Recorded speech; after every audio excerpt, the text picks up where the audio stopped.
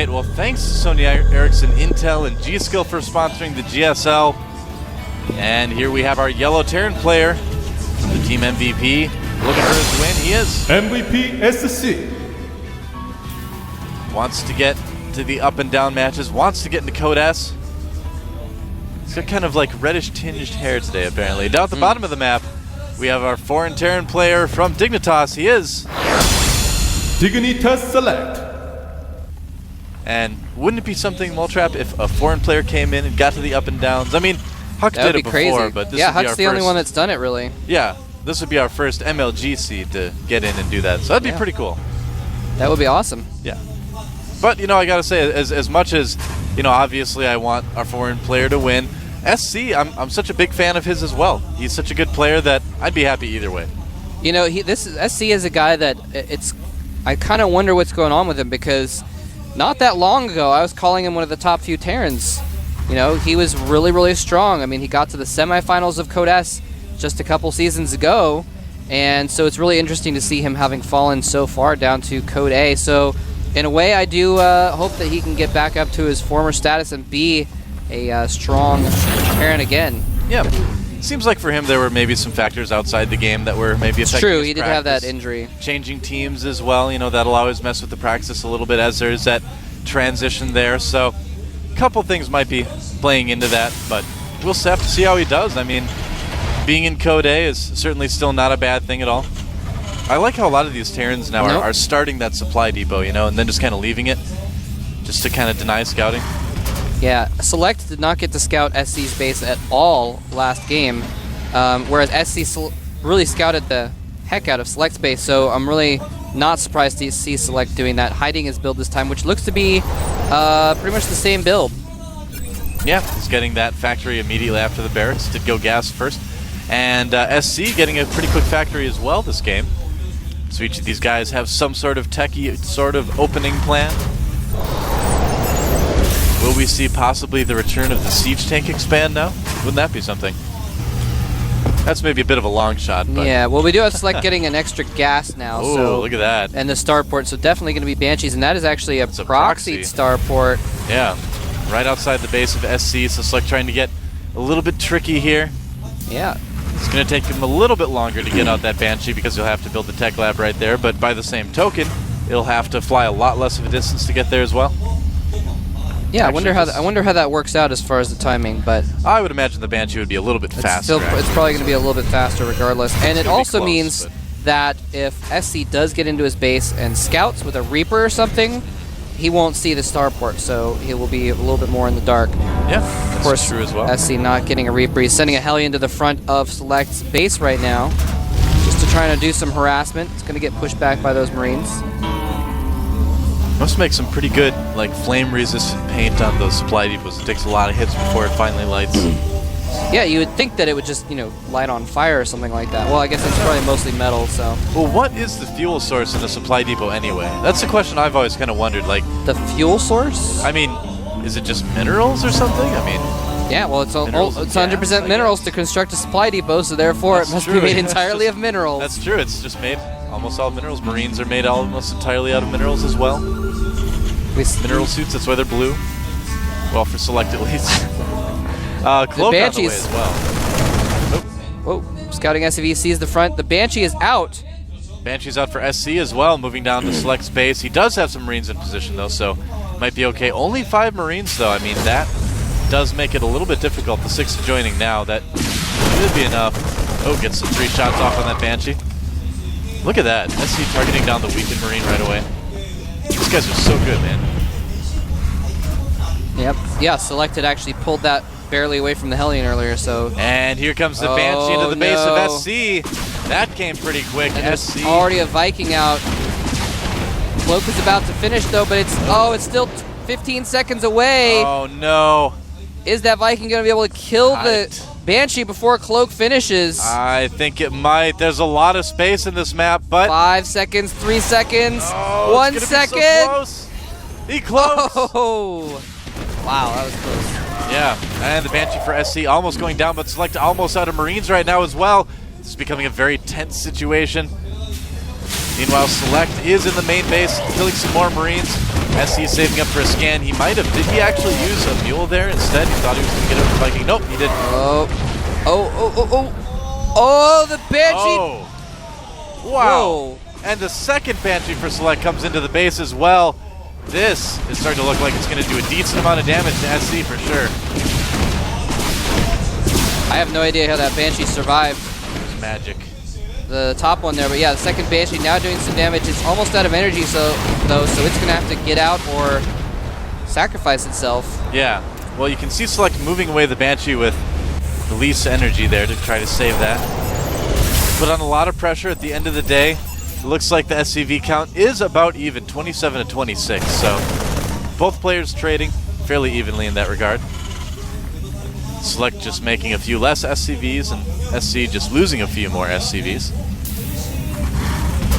And a Raven on the way. So once the Raven comes out for SC, this is going to basically end the harassment for Select. It's going to be pretty tough with that Raven and a couple Vikings out. But Select's done some damage. Looks like he's going to try a little bit more, but the Raven is there, so he will pull away immediately. And he's actually going to lead those Vikings right to the starport if he's not careful. Yeah, SC still doesn't know about it. He cloaks to go back in for some more damage. Yeah. Oh, supply drop from SC. That is uncharacteristic. Wow. Now, both these players, at the end of the day, they've both been harassing each other, killing off Marines, killing off SCVs. But at the end of all of it, they're both about even in supply right now. Now, on the income tab, though, they're also very even. So it's kind of both players have been harassing each other an equal amount, basically. So it's come out about even. Yeah, SC did get himself supply blocked a little bit there, but I suppose Select was one supply blocking, and he loses his second Banshee. Not bad overall, though. I mean, at the very least, Select has stayed even. A little bit behind in supply, but not enough to really worry about it all. And another Banshee coming out. Select is just going crazy with these Banshees.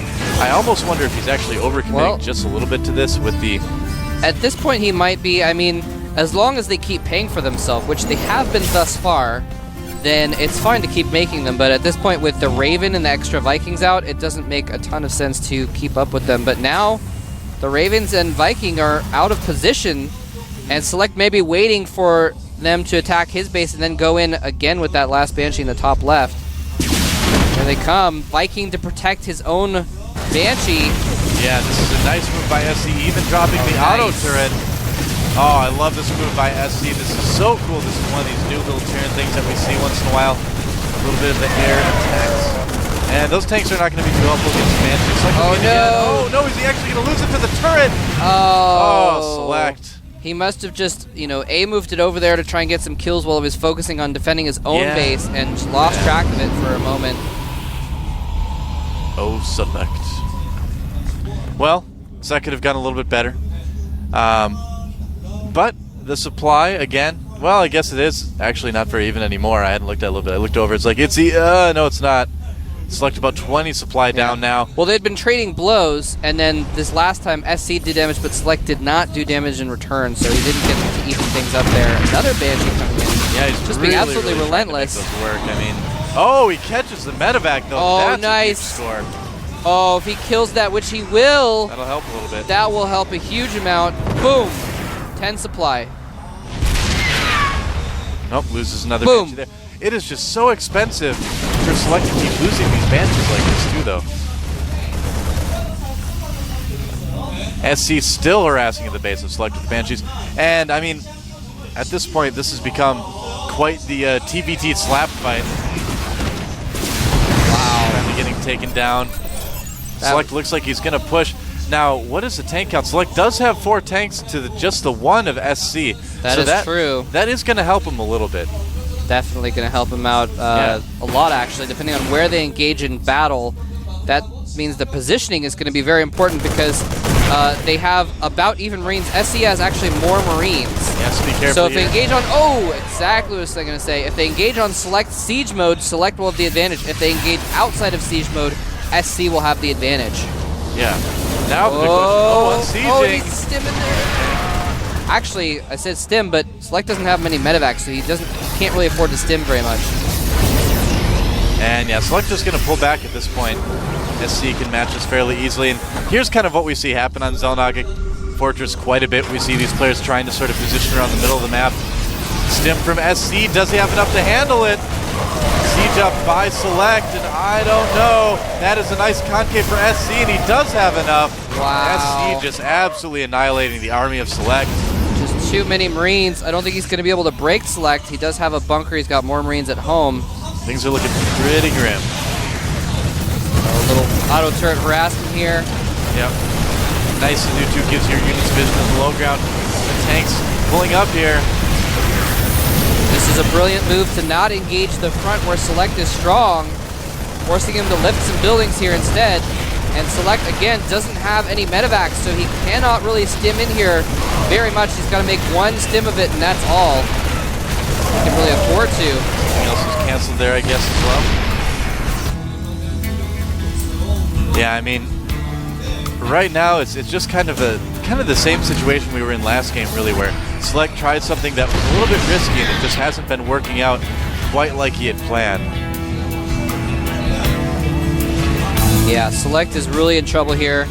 SC is in his base, killing off his buildings now. He just lost another barracks there, and a drop coming in the side as well. This could be another nail in the coffin for Select. Select moving out into the middle of the map. He knows he can't just stay there and get slowly pecked to death.